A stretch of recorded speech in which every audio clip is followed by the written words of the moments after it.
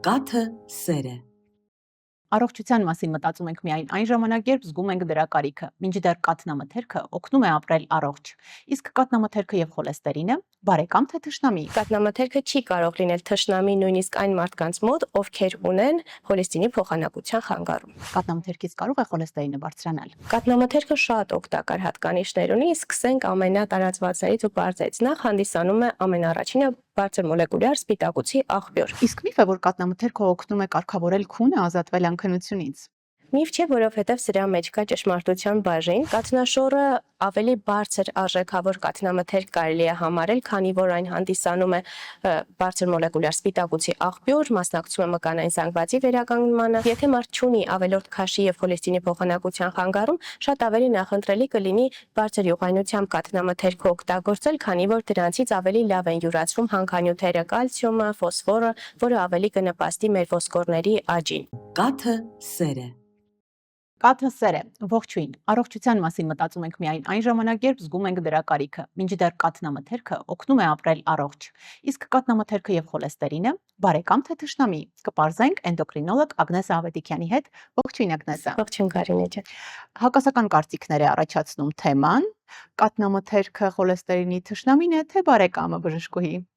Կաթնամթերքը շատ կարևոր դեր է խաղում մեր օրգանիզմի համար։ Այն պարունակում է շատ հանքանյութեր, բարձր մոլեկուլյար սպիտակուցի աղբյուր է հանդիսանում, հատկապես կարևոր է աճի, զարգացման, հղիության, կրծքով կերակրման շրջանում օգտագործել կաթնամթերք։ Ճիշտ է, միջազգային ուղեցույցները մեզ խորհուրդ չեն տալիս օգտագործել բարձր յուղայնությամբ կաթնամթերք, խրախուսում են հնարավորինս առողջ ապրելակերպը, բայց ոչ մի ուղեցույց չի բացառում կաթնամթերքի կիրառումը։ Հետևաբար, կաթնամթերքը չի կարող լինել թշնամի նույնիսկ այն մարդկանց մոտ, ովքեր ունեն խոլեստինի փոխանակության խանգարում։ Այդ դեպքում ասենք, թե ինչ օգտակար հատկանիշներ ունի կաթնամթերքը եւ ինչպես է այն օգնում ապրել առողջ։ Կաթնամթերքը շատ օգտակար հատկանիշներ ունի, սկսենք ամենատարածվածներից ու բարձրից։ Նախ հանդիսանում է ամենառաջինը բարձր մոլեկուլյար սպիտակուցի աղբյուր։ Սա հատկապես կարևոր է այն մարդկանց համար, ովքեր սպորտով են զբաղվում, ինչ որ հիվանդությունից վերականգնման խնդիր ունեն, քանի որ մկանային զանգվածն է սկսում վերականգնվել, ոսկրերի, ատամների ամրությանն է նպաստում, քանի որ հանդիսանում է կալցիումի ֆոսֆորի աղբյուր, եւ նշենք, որ կաթնամթերքից կալցիումի եւ ֆոսֆորը շատ լավ են յուրացվում։ Նաև ֆերմենտացված տարբերակները նպաստում են մարսողությանը, օրինակ մածունը, կեֆիրը պարունակում են պրոբիոտիկներ, որոնք խթանում են աղիների գործունեությունը։ Իսկ միֆ է, որ կաթնամթերքը օգնում է կարգավորել քունը, ազատվել անքնությունից։ Միֆ չէ, որովհետև սրա մեջ կա ճշմարտության բաժին, քանի որ կաթնամթերքը հարուստ է տրիպտոֆանով, որը հանդիսանում է սերոտոնինի եւ մելատոնինի սինթեզի նախորդը, եւ մելատոնինը ինքնին քնի հորմոնն է։ Այսինքն կաթնամթերքը օգնում է բարելավել քնի վիճակը։ Դրական ազդեցություն ունի նաեւ նյարդերի վրա։ Հատկապես որ կաթնամթերքին պետք է տալ նախապատվությունը երեկոյան լավ քնելու համար։ Երեկոյան քնելուց առաջ խորհուրդ ենք տալիս օգտագործել 1 բաժակ մածուն կամ 1 բաժակ կեֆիր, համ ավելի նյարդերը կհանգստանան, համ էլ ավելի դրանք դյուրամարս տարբերակներ են, առավոտյան արդեն գազեր չեն կարող առաջանալ դրանցից։ Ես խորհուրդ եմ տալիս վերցնել երեմյան կաթնամթերք, որը պատրաստված է 100% անարատ կաթից, այստեղ սերմից սեղան հայեցակարգի շնորհիվ վերահսկվում է կաթի արտադրության ողջ գործընթացը սերմը ցանելու պահից մինչև կաթնամթերքի հայտնվելը ձեր սեղանին։ Երեմյան կաթնամթերք առողջարար, սննդարար եւ մանկության համով։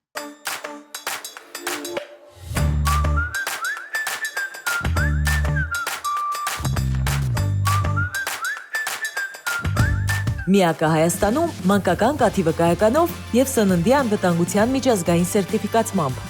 Երեմյան կաթնամթերք, մեր ֆերմայից ձեր սեղանին։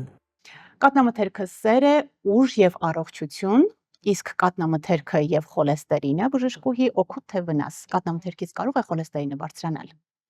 Առհասարակ խոլեստինի խանգարումները օրգանիզմի ընդհանուր նյութափոխանակային խնդիրների հետևանք են։ Այդ պատճառով սննդի մեջ ճարպերի օգտագործումը ընդհանրապես 15-ից 20%-ով է ազդում խոլեստինի մակարդակի, վատ խոլեստինի մակարդակի վրա։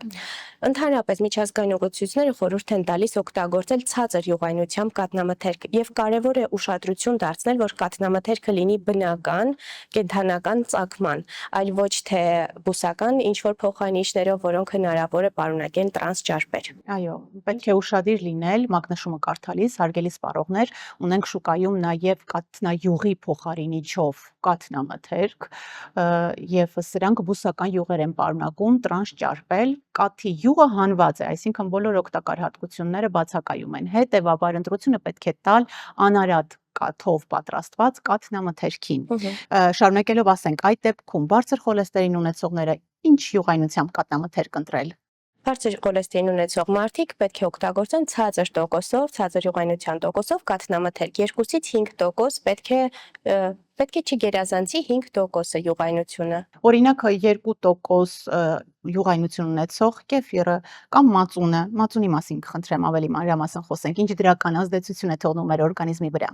Մածունը, ինչպես նշեցինք, պարունակում է պրոբիոտիկներ, այն ֆերմենտացված բնական ֆերմենտացման ճանապարհով ստեղծված կաթնամթերք է, որը նպաստում է մեր մարսողությանը, կարգավորում է մեր աղիների միկրոֆլորան, դրանով իսկ բարելավելով մեր օրգանիզմի ընդհանուր նյութափոխանակության վիճակները։ Մածունը նույնպես պարունակում է տրիպտոֆան, որը ելի ունի դրական ազդեցություն մեր քնի, մեր նյարդային լարվածության համար։ Նույնը կարող ենք ասել նաև կատնաշորի մասին, բժշկուհի, այն ցուցված է բարձր խոլեստերին ունեցողներին։ Եթե ցածր յուղայնությամբ կաթնաշոր ընտրենք, բնականաբար ցուցված է։ Իսկ եթե մարդ չունի ավելորդ քաշի եւ խոլեստինի փոխանակության խանգարում, շատ ավելի նախընտրելի կլինի բարձր յուղայնությամբ կաթնամթերք օգտագործել, քանի որ դրանցից ավելի լավ են յուրացվում հանքանյութերը կալցիումը, ֆոսֆորը, որը ավելի կնպաստի մեր ոսկորների աճին։ Իսկ կաթնաշորը ավելի բարձր արժեքավոր կաթնամթերք կարելի է համարել, քանի որ այն հանդիսանում է բարձր մոլեկուլյար սպիտակուցի աղբյուր, մասնակցում է մկանային զանգվածի վերականգնմանը, ունի բարձր հագեցվածության ինդեքս, ինչը հնարավորություն է տալիս այն ակտիվ կիրառել քաշը վերահսկման շրջանում։ Կաթնաշորը հարուստ է կալցիումով, ֆոսֆորով եւ շատ կարեւոր է հատկապես հղիների, կերակրող մայրերի սննդակարգ ներմուծել, օրական 100-150 գրամ նմանատիպ մթերքների կիրառումը, կաթնամթերքի կիրառումը կարող է հանդիսանալ օստեոպորոզի պրոֆիլակտիկա։ Երբ կատնաշոր ուտել։ Առավոտյան նախաճաշին Երբ ցանկանում եք, քանի որ կատնաշորը դյուրամարս է, կարելի է օգտագործել օրվա որ ժամին հարմար է, նույնիսկ որպես խորտիկների տեսքով։ Խոսում ենք կաթնամթերքի օգտակարության մասին եւս մեկ անգամ համոզվելով, որ կաթը սեր է, ուժ եւ առողջություն, բայց այո, կան մարդիկ, ովքեր ունեն լակտոզայի նկատմամբ անտանելիություն։ Սա նշանակում է բժշկուհի, որ առհասարակ պետք է հրաժարվեն կաթնամթերքից։ Ոչ, քանի որ լակտոզային անտանելիություն ունեցող մարդկանց մոտ կաթնամթերքի օգտագործման քանակները ինդիվիդուալ են, անհատական ընտրվում է բժշկի եւ պացիենտի կողմից։ Մարդ կարող է ինքը ինքնուրույն հասկանալ, թե որ քանակության կամ կաթնամթերքի որ տեսակն է իր օրգանիզմի համար անտանելի եւ կարող է օգտագործել որոշ քանակի կաթնամթերք։ Բացի այդ կան այնպիսի կաթնամթերքներ, օրինակ մածունը եւ կեֆիրը, որոնց մեջ լակտոզայի քանակը ցածր է։ Սա հիմնականում ֆերմենտացված կաթնամթերքին է վերաբերվում, քանի որ ֆերմենտացման process-ների ընթացքում մասամբ լակտոզան փոխարինվում է կաթնաթթվի, ինչը ավելի դյուրամարս է եւ հեշտ անելի է հիվանդի համար։ Շատ լավ, ես խորհուրդ եմ տալիս վերցնել երեմյան կաթնամթերքի կեֆիրը, որը պատրաստված է անարատ 100% կաթից, ունի 2% յուղայնություն եւ բարձր սննդային արժեք։ Իսկ որքան է բժշկուհի օրական թույլատրելի չափաբաժինը առողջ մարդու համար։ Սովորաբար հստակ չափաբաժիններ չկան, բայց ցանկալի է, որ մարդ օգտագործի 1-2 բաժին կաթնամթերք։ Դա օրինակ 100-ից 150 գրամ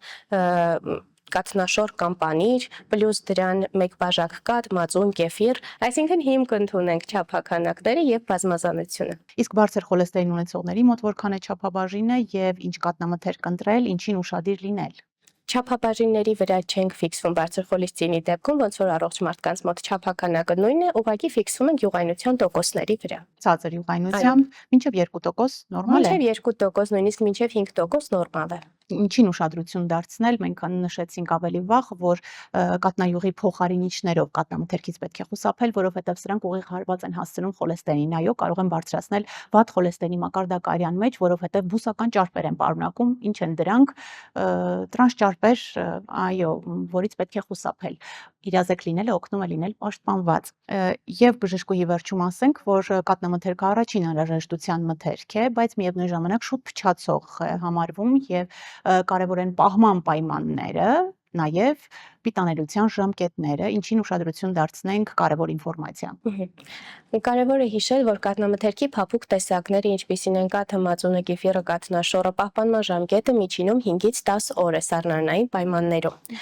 Իսկ եթե ուշադրություն դարձնենք, որ ժամկետը ավելի է երկարացած, օրինակ 1 ամիս կամ 2 ամիս պահպանման ժամկետով մածուններ, յոգուրտներ գոյություն ունեն, դրանց վրա կարող են կարդալ E407, E412 կամ այլ կայունացուցիչներ, ճիշտ է, իրենք վնասակար չեն, բայց եթե մենք նախապատվությունը ցանկանում ենք տալ բնական միջոցներով պահպանվող բնական միջոցներով ստացված կաթնամթերքին, ապա պետք է ուշադրություն դարձնենք հենց, որ ունենան կարճ պահպանման ժամկետներ։ Փոքրիկ մասնագիտական խորհուրդ, եթե ցանկանում եք ընտրել կաթնամթերք, միշտ ուշադրություն դարձրեք նրա բաղադրությանը, ավելացված շաքարների բաժնում տեսեք արդյոք կա ավելացված շաքարներ, թե բնական միջոցներով է պատրաստված կաթնամթերքը, ուշադրություն դարձրեք կայունացուցիչներին, եթե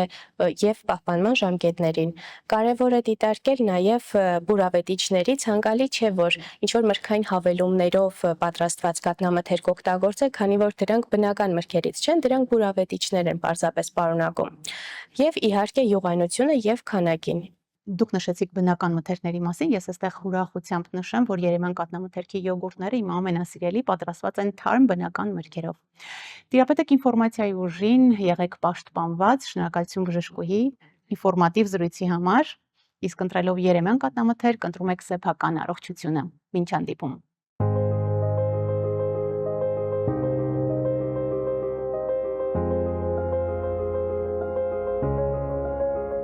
Հայրիկ, իսկ որտեղից է կաթը հայտնվում մեր սեղանին։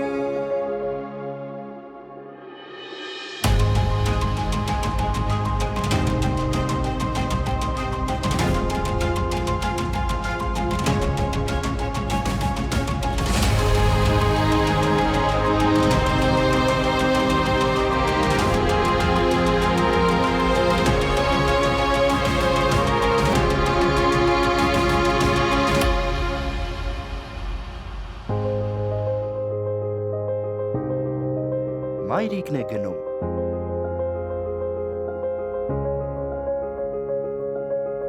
Երեմյան կաթնամթերք։ Մեր ֆերմայից ձեր սեղանին, կաթը սեր է։